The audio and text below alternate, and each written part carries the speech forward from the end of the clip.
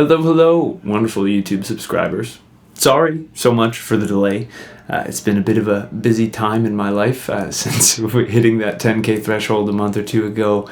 And yeah, you might notice I'm in a new space. It's very dark. I'm sorry. I didn't have time earlier in the day to film this video, but I've been wanting to get this out, so I'm doing it at night, but I have my brand new fancy studio light behind me there. So hopefully you can still see all my wrinkles and gray hair as well.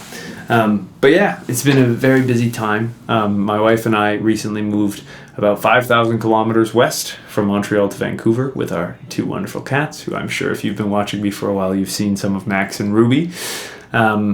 Many of you know that we were planning on moving to the US after a very scary and ridiculous border encounter. We decided that we would be happier, safer, and better off staying up here in the Great North, up here in Canada. So we moved back home to Vancouver. I met my wife here about 5 years ago. As much as we wanted to be in New York, we're feeling very good about the move. And yeah, we have a beautiful new 2-bedroom place here. Our cats can frolic and look out big, tall windows, which is nice. I have my own actual music studio, if you notice the new space. Got my espresso machine in the back, guitars over here, and yeah, my wife is very happy that I have my own space rather than but before I was filming my videos in about a 4x5 foot square in our living room. It was like a wall cutout that we put up a room divider, and that was my lesson and YouTube studio. So it's awesome that I actually have my own room here. And yeah, we're super stoked. I'm riding my bike all the time, riding around, beautiful ocean and mountain paths. It's awesome. So we're very happy to be in Vancouver, but I'm even happier to be here answering your guys' questions after a lengthy delay. So again, I'm sorry that I posted that, but yeah, a lot of stuff happened since hitting 10K. We went to the US border and had a terrible experience. We moved all of our stuff. The dust is just settling, and we eloped back in March, but we have actually our big wedding coming up this weekend that I'm filming this.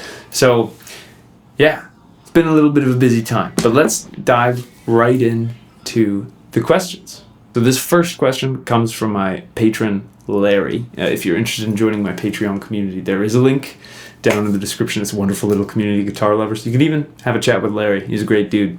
He was watching the India and England cricket match recently. And as someone who doesn't know what cricket really entails as a Canadian, hopefully England won in his case. I imagine that's who he's rooting for. But Larry asks, my question to you would be, if there were 3 things you could impart about becoming a better player, what would they be? And if there is one single barrier you have found to progression, what is it? So the 3 kind of big things that I would try to impart is that playing actual music is key. One of the biggest things I see as a teacher, and one of the biggest things that I have fallen into in my own playing and practicing, is that you can get really sucked into these technical drills, and you think that, if I master all of these foreign scales and I learn how to play them in time with a metronome and all of these things, I'm going to be an amazing guitarist. And you know what? There is a good aspect of that. You do need a lot of those things to be a great musician. But one of the things that I find that is way more crucial is actually doing it. It's almost like if you were a chef who was afraid to cook a meal until you could perfectly dice onions better than Gordon Ramsay. You can make a pretty damn good meal with some sketchily cut onions or whatever it is. So whenever you're working on things, I think it's really important to actually try to put them into practice. Whether the results sound amazing or whether they sound terrible, I think it's really important to try and actually put those into real music and to spend a little bit of your time with the guitar every day making real music, because it's very, very easy to get sucked into drills and sucked into the metronome and then not be able to actually use it. Because yeah, I can play the major scale real freaking fast, but when I solo, I make music with it. So the stuff that you're practicing is tools to access making music. It isn't necessarily the thing. The second thing I would like to say is explore different chord voicings. This is something that I think guitarists are kind of uniquely deficient in, because we, pick up our instrument and I don't have my amp running for this, but you know, we learn these kinds of shapes. Then we maybe learn some bar chords. And then we go, oh, I'm done. I know chords on the guitar. And every time we see, you know, we go to Ultimate Guitar and it tells us there's a C, we play this one, or this one, or this one. When really, there's a whole world of C's out there. And I actually always joke to my students with this. It's like if you were going through, or I always say to my students, I actually maybe prefer playing beautiful harmony on the guitar, playing chords, as much as I love ripping and shredding and doing all of the silly solo stuff that we may do. So I think really getting comfortable with some different chord voicings is a great way to do it. I have tons of videos on my channel. Closed position triads are a great way to start. There's a world of music to be had just with simple 3-note voicings going, you know. Should have tuned my guitar before I picked it up, but there you go. So second thing I would say is get comfortable with more chord voicings. And then the third thing I would say in terms of making progress is, again, just try to really love what you're doing. I think sometimes we learn things because we feel like we should. And again, there's a lot of stuff that you should know, and it's good to push yourself into that. But sometimes I feel like there have been times when I was maybe a little bit younger where I'd maybe be embarrassed about liking a, or not embarrassed, but you know what I mean? Like I wouldn't want to admit that I enjoyed a certain type of music or I enjoyed a song. And I think one of the things that keeps you connected to what you're doing and keeps you motivated and going on is if you genuinely like what you're practicing, right? If you don't like what you're practicing, it's going to be harder to practice. And again, there are things that you won't like that you should practice. But in general, I think keeping a really healthy balance of things that you actually really care about. So like, for me, when I'm going through and learning new repertoire, if I hear a record where there's a version of an old jazz standard that just makes me go, wow, I usually end up learning that tune, and I love the process, and I love it, and then I have this new exciting thing, and then that will push me to learn how to play over some new chord changes, or it'll push me to learn how to find some new chord voicings, or different ways to voice lead this and that. And I think there's so much to be had. There's this great music writer. His name's Ted Gioia. I've read a number of his books. I think I've read almost everything that he's written. But he said this thing once where he was like, musicians are some of the luckiest people in the world because one of the main aspects of their life involves play. You play an instrument. So I think kind of preserving that nature of play in everything that you do. Again, if you're practicing scales, try to think about how you might use those scales in songs that you're working on, or if you're working on whatever it may be. It's a really, really great way to stay motivated and stay in it. So those are my 3 things. And then I think you said one other thing at the end here. Is there one single barrier you have found to progression? What is it? I think one of the toughest things that I used to struggle with, and I see a lot of my students struggle with, is this myth that if you don't have like 30 uninterrupted minutes, you're not going to have a productive practice session and picking up the guitar. And also just kind of like motivation to practice sometimes. I remember my whole life when I was working and wanting to be a musician. I've been playing the guitar since I was 9, and I always kind of, from the time I started doing that, was like, I'm going to have a go at this and I'm going to be a professional musician.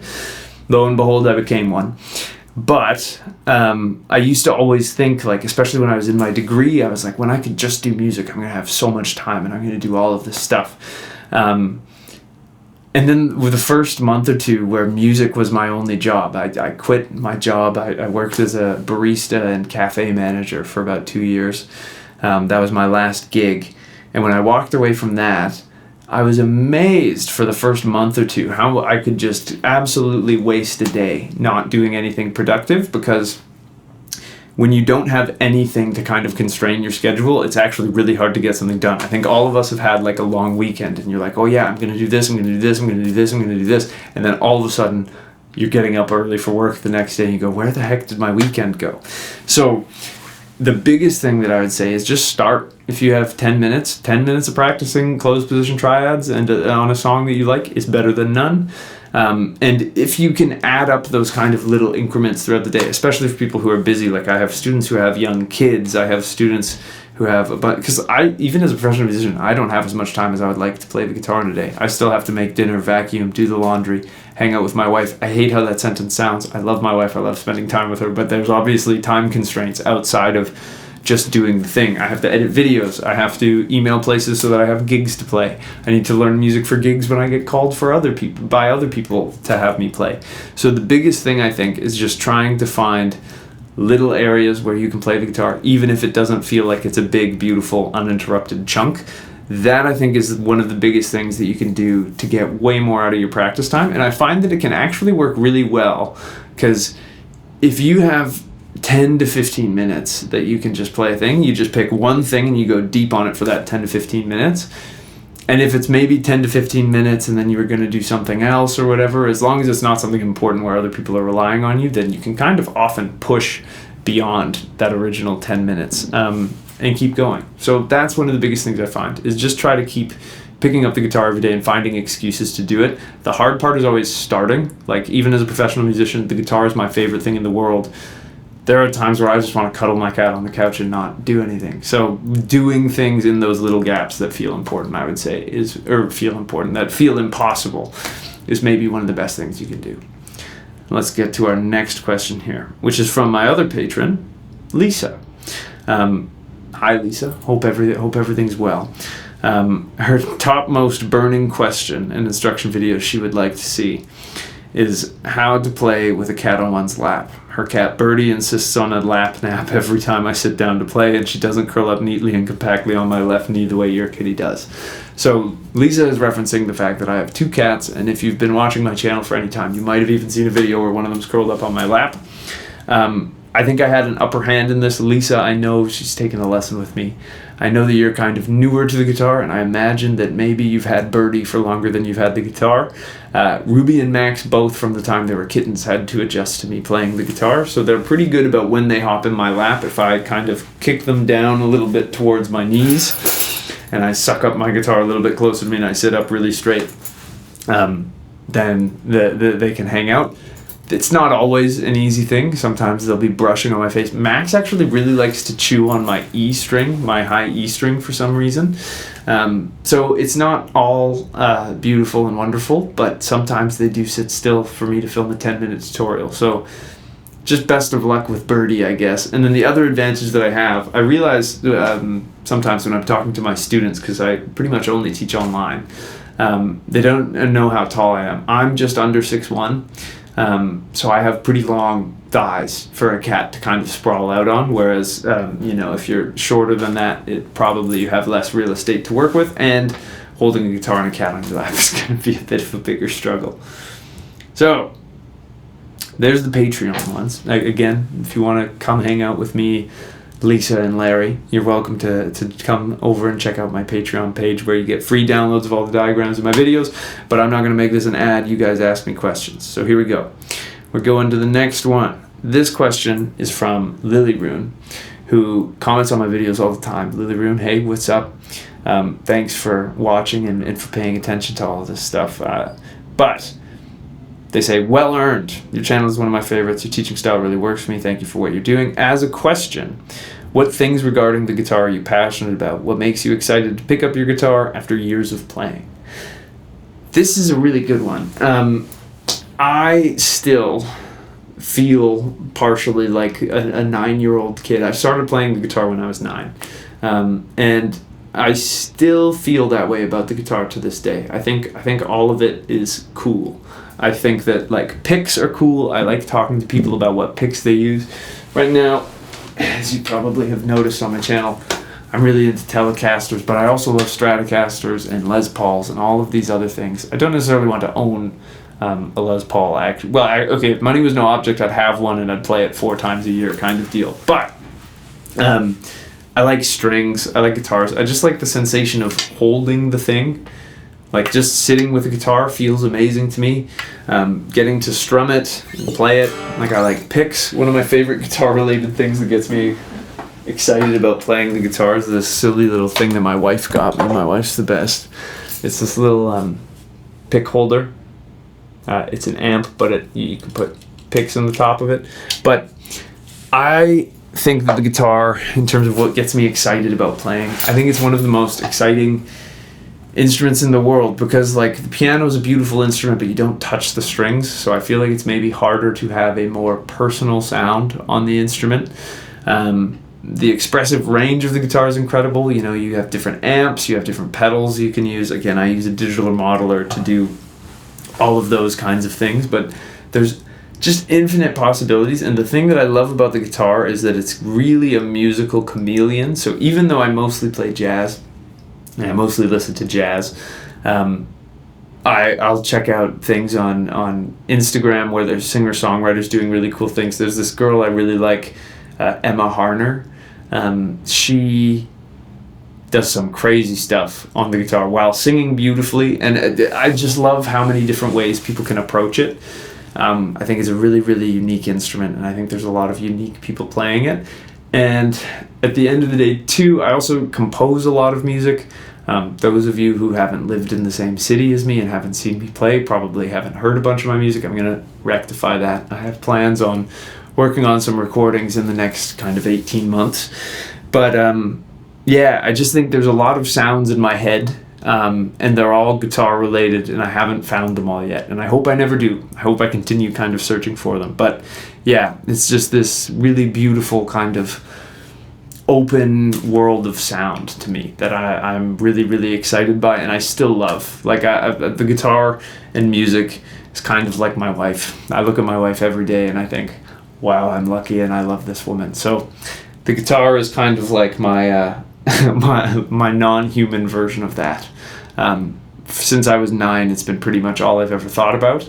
And fortunately, throughout everything, all the years of playing, all of the years of, and now it's my job. Like this, all I do is hang out with musicians, play music, talk about music, teach lessons, film YouTube videos talking about the guitar. I'm really lucky that I still get to do that, and I think I try to be grateful for that every day. And again, like even if all of this went away, I'd be working a day job and then just ripping home to play my guitar. So everything about the guitar excites me. The sound, the touch, the look, thinking about what other things are possible with it. I love the thing. Yeah. Next question comes from Ben Harwin 6521. Thank you, Ben, for your question. I'd love to hear about my earliest music memories, whether it's the first songs that you remember hearing as a kid or the first song you learned on the guitar. Do you still have your first guitar? I like it. It's kind of like a 2/3-parter. So my earliest memories of music are probably like road trips with the family. We used to bump Shania Twain. I have an older brother and an older sister and two of the most amazing parents in the entire world. And they would load us up in my mom's Dodge Grand Caravan. We had a white van before. I don't remember what build it was. But we'd load up and we'd go on drives to go camp somewhere 5 hours away or do whatever. And there would be a lot of Shania Twain in the CD player, or on the tape cassette deck, I guess, as well. So there's a lot of Shania Twain. The first concert, so Canadian connection there with Shania Twain.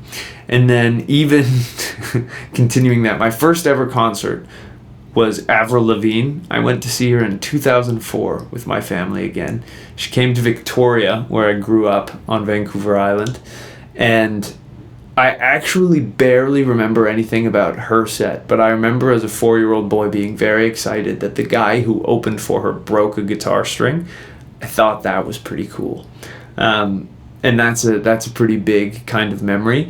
And then how I kind of got started playing the guitar, I'm going to just highlight how young I am here, but I was actually playing Guitar Hero with my brother on one of these family trips. We were in Kelowna. We were at my uncle's place where he was living at the time. And for that birthday, I think I got a Wii and I got Guitar Hero, and it was freaking awesome. But there's a point in Guitar Hero 3 where you have a guitar battle with Slash, and then you play Welcome to the Jungle with him. And I wasn't good enough to win the guitar battle against Slash. I'd like to try my luck in real life, Slash, if you're watching this. I think that'd be fun. But my brother beat Slash, and then I got to play Welcome to the Jungle. And just like something about seeing this cartoon version of Slash and Guns N' Roses' Welcome to the Jungle, the song, I instantly turned around to my mom and I went, I want a guitar for my birthday. And she instantly went, well, okay, but if we get you a guitar, it's like a big commitment. You have to practice 30 minutes a day, like da-da-da-da. And I was like, yep, nope, do it. And I think my parents were a little bit hesitant to get me a guitar because I wanted to do piano lessons like my brother and sister, and then I ended up giving it up. Or I didn't even start. I kind of bailed after they reached out to the lady. So I think they thought I was going to leave. But pretty much from the second I got a guitar, I was spending 3 to 6 hours a day playing it, practicing it. My parents and the older siblings and everything, we were a very busy family, so it took a while to get me in proper lessons, but like I was hunting out books from Long McQuaid. Any of my Canadians watching this, shout out to Long McQuaid, Where the Music Begins. It truly did. I'd teach myself through books there. And then when YouTube came out, I was teaching myself just by like watching where people were putting their fingers. And I ended up getting into lessons, and it all just kind of spiraled from there. But yeah, my parents were really hesitant to get me the guitar at first because they thought that it was going to be like a passing fad thing, and then pretty quick they were like, you could go outside and play street hockey with your friends. And I was like, I'm working on something here. And so still am. Now, I've completely forgotten the second bit. First songs you remember hearing as a kid. I distinctly remember that the first song that I put together was a terrible rendition of Guns N' Roses' Welcome to the Jungle that I pieced together from watching like a Guitar World YouTube video from Slash. And then I distinctly remember as well, in my first ever guitar lesson, I was taught, I think, Detroit Rock City.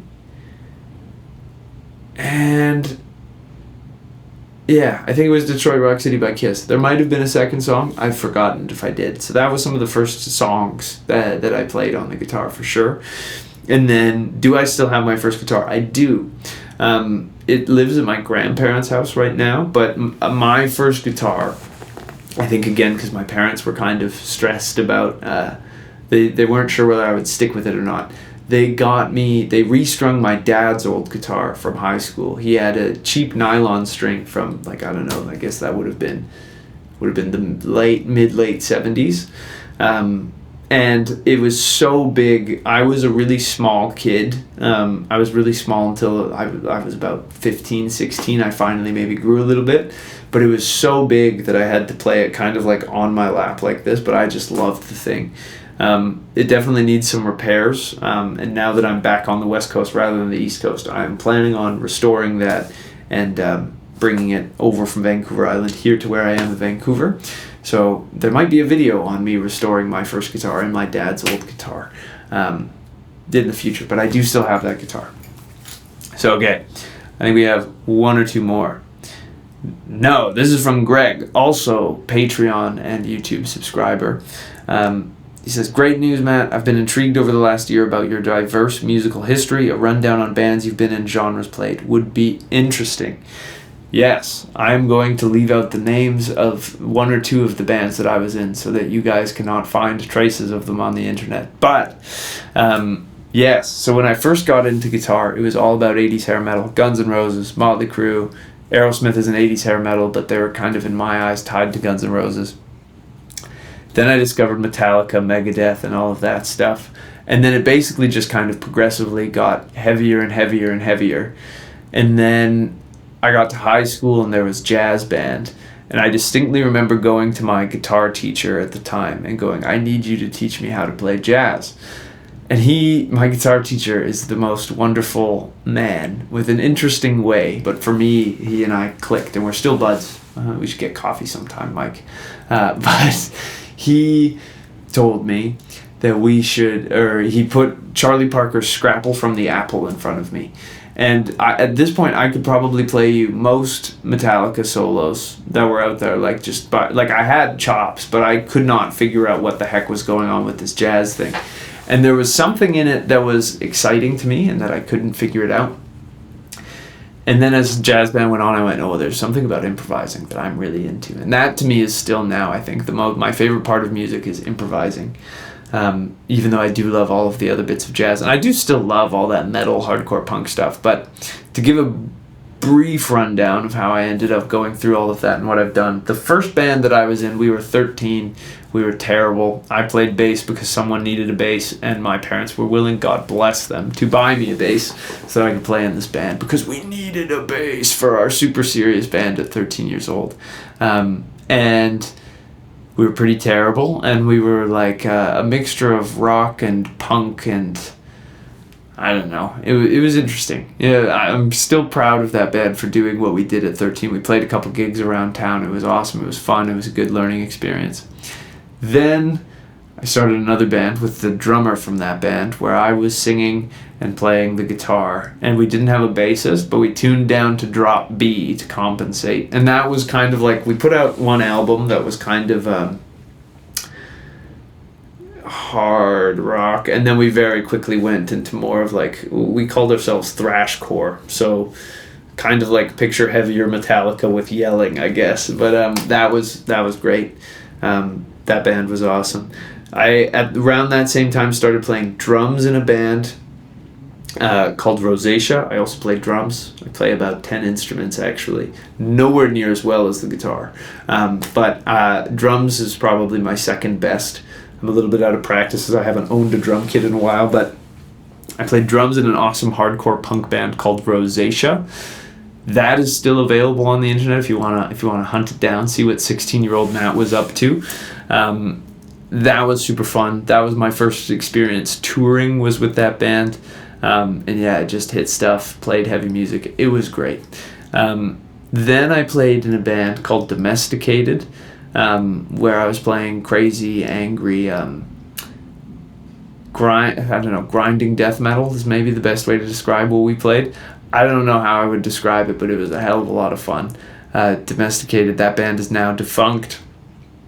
Then I think that's maybe the last band that I was like really in kind of deal. I've filled in for buddies' bands.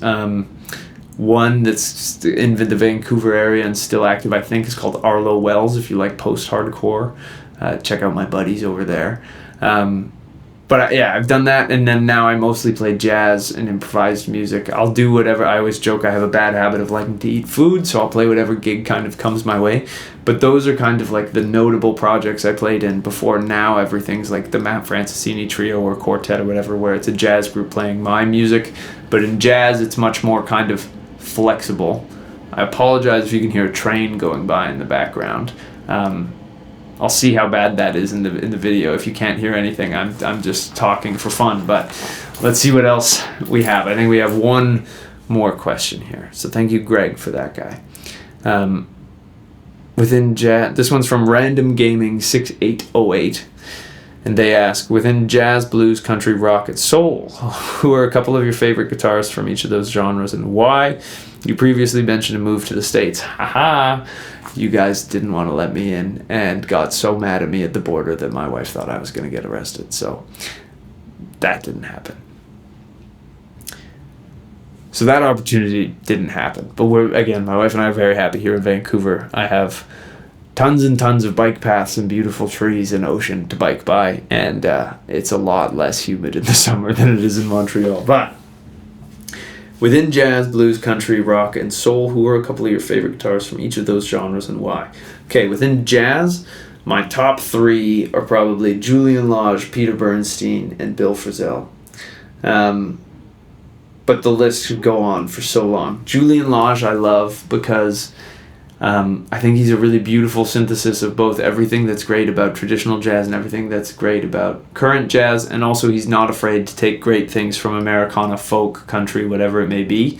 I'm really drawn to kind of the way that he mixes all of his influences, and that was a really kind of inspiring thing for me when I was first getting into jazz guitar, coming from a place of rock and metal where it was like, oh, maybe I don't have to throw away all of this stuff and just become the jazz police.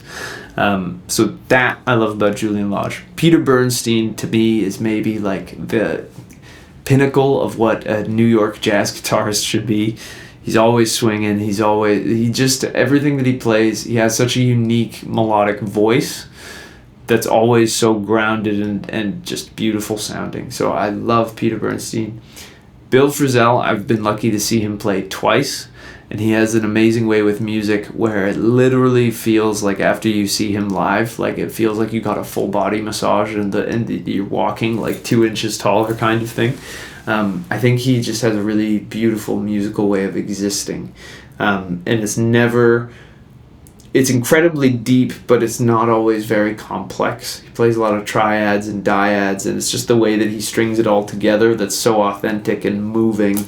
I was talking to one of my students about this, actually, who got to see Bill Frisell. My student is not a particularly big jazz head or anything, but he said he felt the same thing. So I think that's maybe a testament to Bill Frisell, is that he crosses over those boundaries so well. You also mentioned blues. Blues, I have to be honest, I'm a little bit of a slacker in. I can't give you much more than, like, I love Stevie Ray Vaughan because he's one of the most exciting guitarists I've ever listened to play music, and everything just feels like driving a fast car kind of thing, listening to Stevie Ray Vaughan. I love B.B. King, and my other guy would have to be Buddy Guy. I think Buddy Guy is one of the most... Like B.B. King, first of all, the bends are enough to be on any top tier list. And then Buddy Guy, I think, has a really unique kind of melodic sense, and the way that he phrases to me is very original and surprising, which I really enjoy. How he toes the line perfectly between being in the tradition, like he sounds like a classical blues guitarist, but there's just something in the way that he picks his note choices and his phrases where it's really, really fresh. So I'd say Buddy Guy. Country. I'm not the world's most authoritative guide to country guitar. I do love Brad Paisley's playing. I think he's awesome. He inspired me recently to start messing around with some more British style voice amps after watching his Rick Beato interview with those with a telly. Because I was always using Fender guitar, Fender amp. Oh my God, do some of the more. Currently my favorite thing is it's a capture of a Matchless, which is kind of based on a Vox. Absolutely incredible sound, and again, just chops for days. Keith Urban actually is another one where I think it's easy to kind of hate on Keith because he's this pretty poppy kind of country guy, but man, can that dude play some guitar. That's all I really have off the top of my head for country. Rock, this is a tricky one. As a teenager, I was so into Guthrie Govan. I actually got to meet him maybe about a year-ish ago, and I got to hang out with him at the bar after the Aristocrats played. He was drinking a lot of beer. I was drinking a Diet Coke because I don't really drink that much. And that was like an out-of-body experience, getting to talk to Guthrie. So he has been a huge influence on me. I love his playing. I love that he plays tasteful, tasteless shred, if that makes any sense. So many notes, but it's all so musical and so good. Slash is a huge one for me. Again, he's not the most technically proficient guitarist. He's not necessarily the most creative guitarist. He has a lot of licks that kind of get recycled. But the thing that I really appreciate about Slash is that when you hear Slash, you know you're hearing Slash. He has a very distinctive voice on the instrument. And then if I had to think of another rock guitarist,